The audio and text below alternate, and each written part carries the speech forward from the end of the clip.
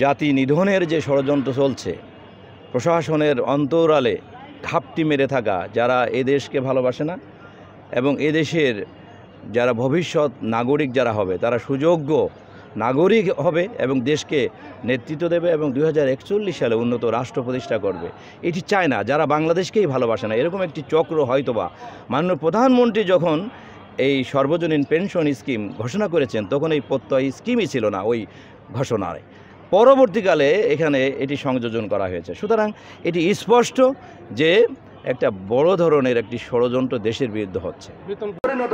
এটি যারা চায় না, এই ঘাপটি মেরে থাকা দেশদ্রোহী কুচক্রী মহল এই কাজটি করেছে।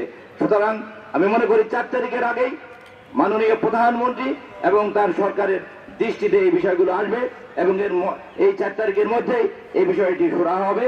যদি সুরাহা না হয় তাহলে যে বৃহত্তর কর্মসূচি সামনে আসবে, সেই কর্মসূচিতে আমি ইসলামিক ইউনিভার্সিটির সকল সম্মানিত শিক্ষক, কর্মকর্তা, কর্মচারী, প্রিয় ছাত্রছাত্রী সবাই আপনারা অংশগ্রহণ করবেন, কারণ এই জাতিকে বাঁচাতে হবে, বাংলাদেশকে বাঁচাতে হবে। তা না মর্যাদা নিয়েই থাকবে এবং এটি আমাদের যৌক্তিক দাবি।